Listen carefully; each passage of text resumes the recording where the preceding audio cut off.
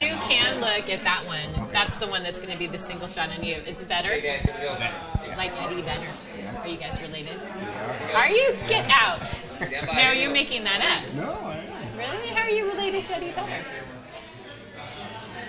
Hi, I'm Elisa Parker. It's the Wild and Scenic Film Fest, and it's like one of the largest film fests of its kind, environmental film fest. And the hub is here in this community of like Nevada City and Grass Valley, California, and it's just been amplifying all these extraordinary stories of everyday action heroes. In addition to the films, there's workshops, fireside chats, the activist center. There's music on the streets, like with pedal powered. I know you Brandon just arrived here from LA, so you probably haven't checked out any of this yet. Yeah, but I'm we're fresh. going to get you on a bike, and you're going to paddle. You're going to pedal the energy to help make some of the music magic happen. I have Brandon Vedder here with me. I just asked if you were related to Eddie Vedder, and he said you were. Yes. Maybe will we find that out after we're off there? Yeah. The relation. Okay. The film is called. Is it In the Pursuit of Silence? In Pursuit of Silence. Which is interesting because a lot of we think In Pursuit of Happiness. So tell us about the film In Pursuit of Silence. Yeah, it's a meditative film about humans' relationship with sound and kind of our relationship with silence throughout the ages. We tried to really, make it about characters and their individual pursuits of their own silence. And silence means something different for everyone. So, we follow John Cage's story, the experimental musician. We follow a kid that is walking from New Jersey to California over a year in silence. A guy that it's his job from the national parks to preserve the natural quiet of the parks. Really? That's a cool job. So, with the power of the government on his back, putting flights around and just kind of, yeah, he's like the sound police. How did you connect with all these people to feature in your film? We did a lot of research. Yeah. We just, it was kind of really looking into who was pursuing this in a really different and interesting way, a way that was their own, and dramatic, obviously. Dramatic. Because, I know, yeah. What's the kid's name that's walking? Greg that Hendy. Walked across? Is he still walking? He actually walked back. What? Yes. So I think he's not doing it silent on the way back, but he's on his way back. So, and that's a couple thousand miles. Yeah. And how long did it take him to complete that? 1 year.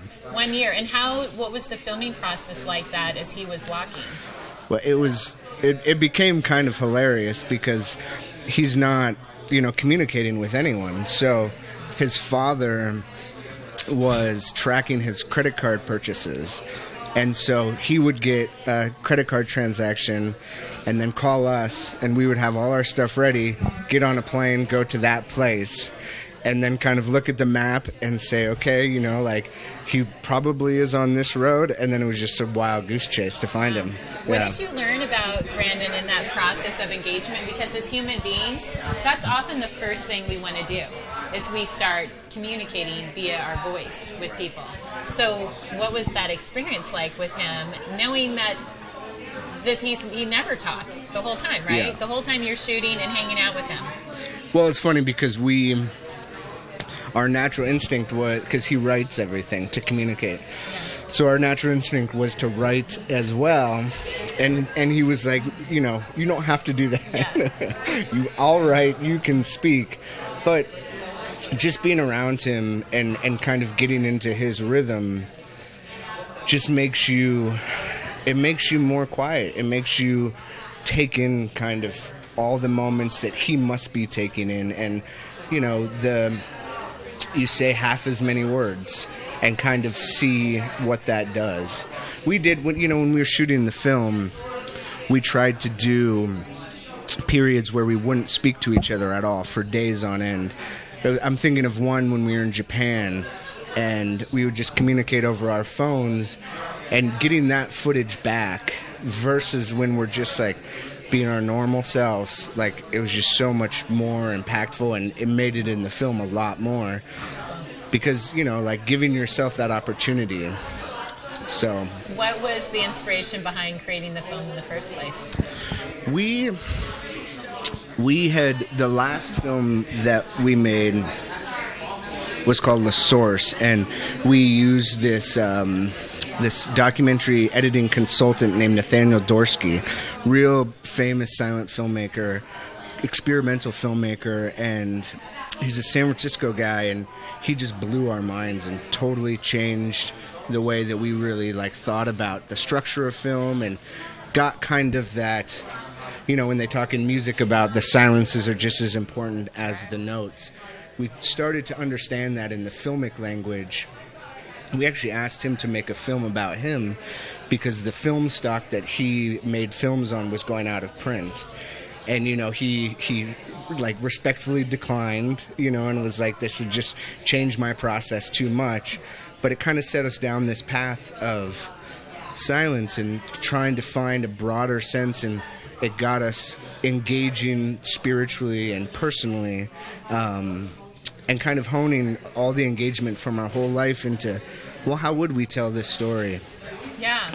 And what are you hoping, are the takeaways that you learned from this experience, and sharing that with someone else, just around the power of that? Yeah. Well, one of the things that we learned throughout making the film is just this sense is disrespected like no other sense that we have. If it looks bad, we get rid of it. If it smells bad, we get rid of it. If it feels bad, we get rid of it. We take action very easily to right the other senses. But for some reason with noise and unwanted noise, the rise of that is dealt with in a way that, none of the other senses are. And so we hope that, it will help people really engage more with their sonic environment and understand how much energy it takes to filter out being in these loud places, and then just how much focus can come from sitting yourself in the middle of the forest and, letting your body kind of have that break. Yeah. Sound is so healing. Yeah. So the theme around Wild and Scenic this year is At the Edge. So when is a moment for you personally when you've had to get on that edge and take that leap? Could be for a personal reason, right? Making a positive difference, or just even your own personal motivation around that. Well, one of the things with this film that kind of inspired me was we looked at these sensory deprivation tanks, and that is something that that's not something that I would try. We have one that just opened up here. Really? Yeah. The float therapy tank? My friend said she had to keep opening the door because it was freaking her out being in the dark. Oh, yeah. It's crazy because the longer you go, you really just become your mind, because it turns off you don't have to use any of your muscles, and there's, you're not feeling anything. And that's actually, against all odds, kind of become an important practice in my life. That, I've really found it very helpful. And I feel like making the film defined that edge a little bit more for me. Yeah. Where it's once you become aware of what this is doing to you, you can actually see it and work on it in a way that before it's affecting you in a way that you don't even realize. What would you want to say to everyone, Brandon, about why it's so important to take a moment for silence? I mean, I think we're in this place right now politically where the loudest voice wins, and this American individualism is the most important thing, and historically that hasn't always been the thing. It's been the thinkers, it's been the quiet people, the philosophers that have changed the world, and I hope that we can get back to that. I think that's giving yourself time for that kind of ideation equals healing. Very true. The film is called In the Pursuit of Silence. Brandon Vedder. Thanks so much, Brandon. He just arrived, so now we're going to let you acclimate in to the Film Fest experience.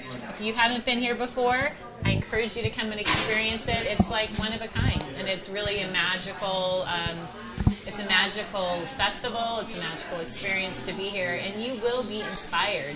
And whether that is around incorporating silence in your life, being tuned into nature, and just hanging out, or going down the Colorado River in a river raft. I mean, there's all kinds of different ways to explore the possibilities. So, thank you so much, Brandon, for being here. Yeah.